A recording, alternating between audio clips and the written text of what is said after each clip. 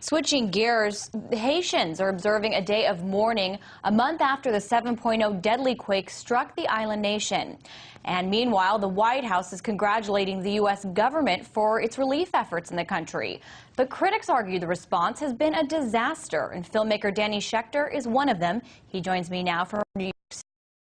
Much for joining us. Now, the White House today is saying the U.S. relief effort helped save countless lives and avert an even larger catastrophe. But you say this has been a massive failure on the part of the Obama administration, this response effort. Can you explain that? Well, first of all, no doubt, any relief will help someone, and some people have been helped. There's no question about that. But the question of aid in a disaster is, when does it get there, and who does it get to? In this case, it got there after, a week, basically. So people, they know that aid has to get to people within 72 hours to be effective. China managed to get there ahead of the United States. So did Iceland. So our response was slow. It was also dominated by the military, which had no experience in any of this, was more concerned about security than with delivering aid.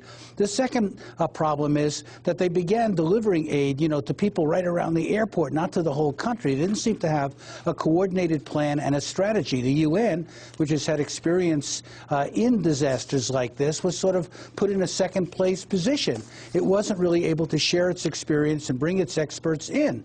So all of this was late in getting going. Now the UN has taken charge again, but the situation is getting worse because people are living in tent cities of various kinds. There's a danger, and there's already been an outbreak of typhoid and other diseases, and this can spread.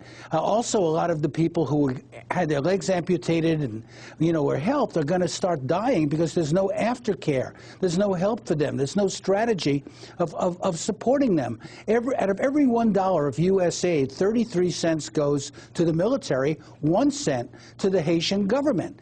Now, the NGO organizations that are there have been critical, and they have been organizing very well. Dr. Paul Farmer of Partners in Health spoke up at Harvard the other day and talked about some of these problems and said that he fears that, as this crisis goes on, people will lose interest in it. It'll be yesterday's news. Already the media, in many cases, is gone, not covering it.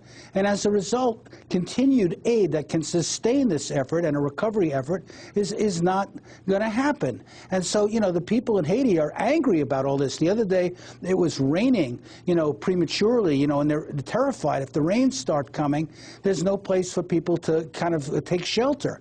And there was a demonstration at the United Nations and criticism of the United Nations. Some people wanting the return of President Aristide, whose party, La Valace, was the most popular party there. And he's been in exile in South Africa, largely because of an intervention in 2004 by the Bush administration. It sort of, supported a covert maneuver to push him out of his country, even though he's an elected official. So the situation there politically is volatile.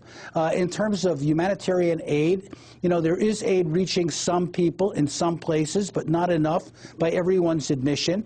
And the world is already ready to move on. The UN said that they made an urgent appeal for agricultural assistance and support, and they were furious at the pathetically poor response they received. So we have a lot of problems here. Artists raising money for all of this is wonderful. It's great. But will the money reach the people? Are the groups that are going to get this money have the experience to really deliver it? We know, for example, the Red Cross did a very poor job during Katrina and a very poor job during 9/11. Are they really ready to provide the aid? So a lot of money is going in, but is it reaching the people who need it the most? That has to be determined. Well, really quickly, because you mentioned reconstruction efforts, what do you think about the U.S. commitment to reconstruction efforts, to Special Envoy Bill Clinton talking about rebuilding industries like garment and mango plantations? What do you think of those plans? Right. Real quickly. Well, one of the problems is that, when they talk about garment plants, they're talking about sweatshops. They're talking about people working, for pathetically low wages. Right now, we need money to hire Haitians to help do this cleanup. We can't rely just on Americans and NGOs and people from other countries.